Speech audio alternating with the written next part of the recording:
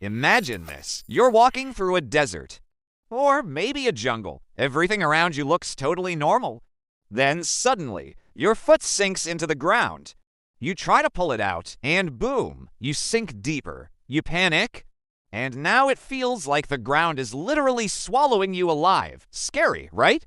But that's not just movie drama. It's a real thing called quicksand. So what is quicksand exactly? Does it really suck people under like in the movies? How does it work? And why does it seem like it has a mind of its own? That's what we're gonna break down today. Let's start with what quicksand actually is. It's not some magical sand. It's just a mix of sand, water, and sometimes clay or silt. That's it. But the way that mix behaves, it's weird. It looks solid from the surface, but the moment you step on it, it suddenly turns into this thick, soupy mess that grabs your legs and won't let go. Now, quicksand doesn't pop up everywhere. It usually forms in spots like riverbanks, marshes, beaches, or anywhere with underground water close to the surface. The water keeps the sand suspended in a loose, fragile way. It's like the grains of sand are floating in water, and that's where the trouble starts. When you step on it, you apply pressure. That pressure makes the water move around and the sand particles shift. Instead of holding you up, the sand collapses around your foot, and now you're re-stuck in a mix that acts like a liquid and a solid at the same time. The more you struggle, the worse it gets. And here's the crazy part. The more you move, the thicker it becomes. It's like fighting glue.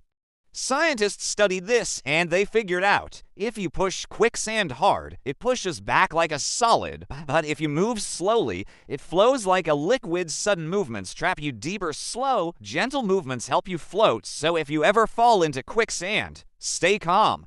Don't panic, move slowly, and spread your body out to stay on top. Now, let's talk types. There are actually two kinds of quicksand. 1. Wet quicksand. This is the kind that's full of water. You'll find it near rivers and lakes. It's super sticky and can trap your legs fast. 2. Dry quicksand. Yeah, that exists too.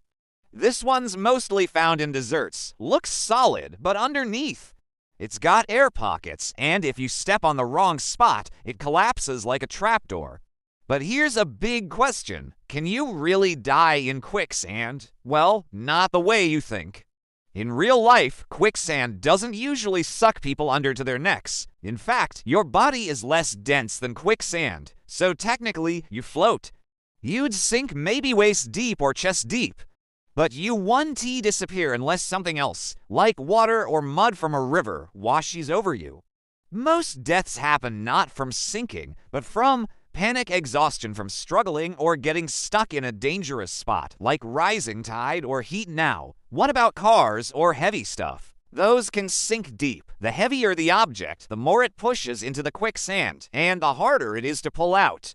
That's why trucks and jeeps get stuck in muddy areas and can't move unless someone tows them out.